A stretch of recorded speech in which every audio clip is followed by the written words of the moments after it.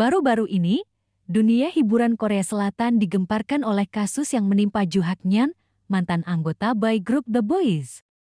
Kasus ini bermula pada 16 Juni tahun 2025 ketika agensi 100 mengumumkan bahwa Joo Hak-nyeon akan menjalani hiatus dari seluruh aktivitas grup dengan alasan masalah pribadi tanpa penjelasan rinci.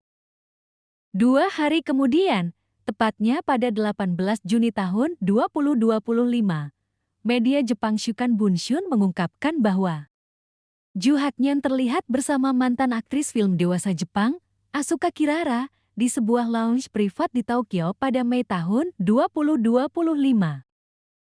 Foto dan laporan ini memicu spekulasi luas mengenai dugaan keterlibatan Joo Hak-nyeon dalam praktik prostitusi selama kunjungannya di Jepang. Pada hari yang sama, 100 mengumumkan pemutusan kontrak eksklusif Joo Hak-nyeon dan kepergiannya dari The Boys. Agensi menegaskan bahwa keputusan ini diambil setelah melakukan verifikasi internal dan menilai bahwa tindakan Joo Hak-nyeon telah mencoreng citra grup serta merusak reputasi publik The Boys. 100 menyebut bahwa perilaku tersebut merupakan pelanggaran berat terhadap etika dan martabat artis di bawah naungan mereka.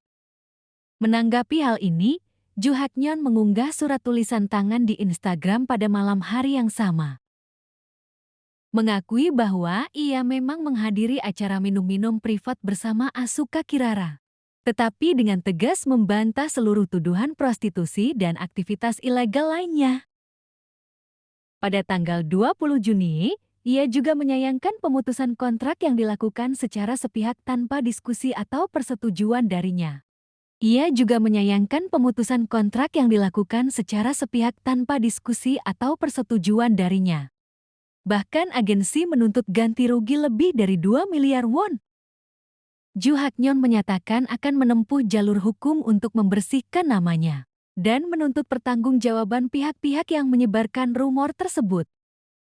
Pada 19 Juni tahun 2025, seorang netizen melaporkan kasus ini ke kepolisian Gangnam, Seoul, meminta penyelidikan atas dugaan pelanggaran undang-undang anti perdagangan seksual oleh Joo Hak-nyeon. Kasus ini kemudian ditangani oleh tim investigasi kejahatan perempuan dan remaja di kepolisian Gangnam.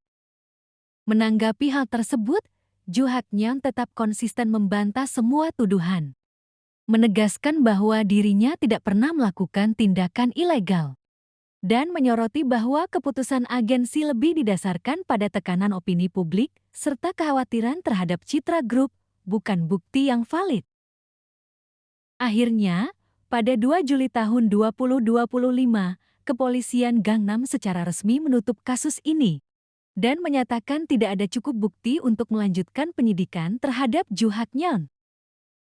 Polisi menegaskan bahwa laporan yang masuk hanya berdasarkan artikel daring tanpa bukti konkret atau saksi yang mendukung tuduhan tersebut. Dengan demikian, Joo Hak-nyeon dinyatakan bersih dari segala tuduhan dan tidak terbukti melakukan pelanggaran hukum. Keesokan harinya, Joo Hak-nyeon kembali muncul di media sosial, mengumumkan bahwa ia telah mengambil langkah hukum terhadap reporter yang dianggap menyebarkan berita palsu dan merusak reputasinya. Ia menegaskan akan memperjuangkan keadilan dan meminta agar kebenaran diungkap di pengadilan.